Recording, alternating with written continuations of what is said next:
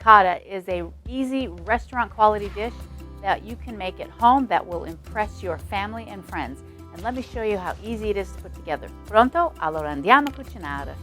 Ciao my friends, welcome to my kitchen. My name is Lucia. This is where I teach you easy, healthy, everyday recipes. And today is super easy. So we want to start with some chicken. I like to do the chicken tenders. Very important that before we get started, we need to season our chicken. So just taking some salt, I'm just gonna sprinkle all over this one side of the chicken, pepper as well. Now before you get started with this part, it's really important that your chicken is even. So you don't have, usually in a breast you have the thick side and the thinner side. So you can fillet it, but they're still kind of thick on one side. So you'll want to pound it if you're going to use chicken breasts. This is why I like to use chicken tenders, because they're pretty even and they're small and it'll be fine. It won't take a long time to cook and they will still stay tender. So now that we've seasoned this, we need to add a flour because we're going to get it nice and crispy. So in a dish, I'm just going to add about 1/2 cup of flour, and we want to season our flour as well. So I'm just going to take a couple pinches of salt and some pepper, and you can add any kind of seasoning you want to the flour. I'm just going to kind of mix it all up here. And I have a saute pan over medium-high heat, and I'm going to add a couple tablespoons of olive oil. Right now we are going to be frying the chicken, but this is ultimately where we're going to be making our sauce as well.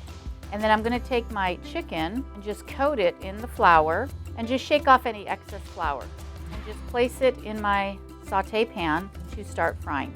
Now you want to be careful that you don't overcrowd your saute pan with the chicken.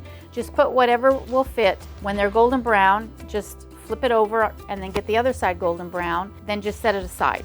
We're not looking to cook the chicken at this point. We're just looking to get it nice and golden brown. Now once your chicken is golden brown on the other side, we can just go ahead and flip it and just cook it for a few more minutes. And while we're waiting for our chicken to brown, I'm just going to chop up 4 cloves of garlic.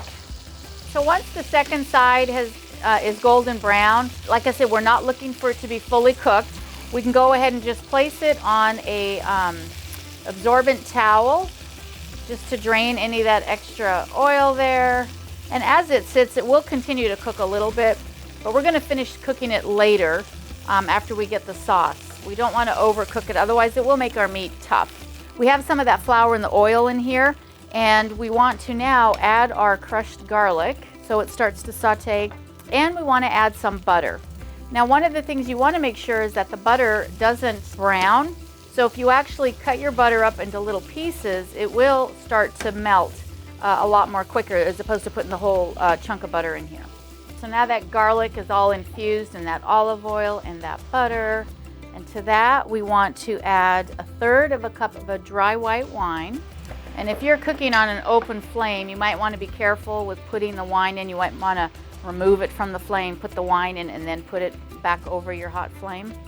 And we want to add the juice of a lemon. So we want to make sure you roll it so you can kind of break up all the membranes in there and get even more juice. And just go ahead and juice your lemon. This is a pretty big lemon, so I think 1/2 is fine. I'm looking for about 2 tablespoons. And we do want to season with some salt. And I'm going to put some pepper in here. Now because we had some of that flour in here, it will kind of thicken up and make a little bit of a sauce. If you like more of a sauce, you can add some of that flour back in that we used earlier and add a little bit more liquid. And so I think I'm actually going to do that because I'm serving some pasta with it. So I want a little bit more of a sauce. So I just added about an extra tablespoon, and I'm just kind of stirring it up here. Now as you can see, it is kind of getting thick from that extra flour that I added in here. So we need to add some liquid. You can add a broth, you can add water, but because I made some pasta, I have some pasta water left. So I'm going to add that to this, and we're just going to get that cooking, and it should start to thicken up again. And if it's too thick, I'm just going to add a little bit more. So you just add a little bit of liquid at a time. I like to add the pasta water because it's got the starch from the pasta and it has the salt because I cook the pasta in a salted water. Now that we have our sauce done, now we're going to add our chicken back to our saute pan and let the chicken finish cooking. And so now at this point, we just want to continue cooking until the chicken reaches an internal temperature of 165, and then we'll know our chicken is done, and it will be tender, it won't be tough.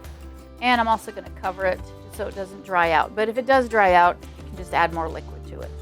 So while the chicken is finishing cooking, I'm just gonna get the garnishes ready. So I'm gonna start with chopping some parsley, and the other half of the lemon, I'm just gonna cut some lemon wedges.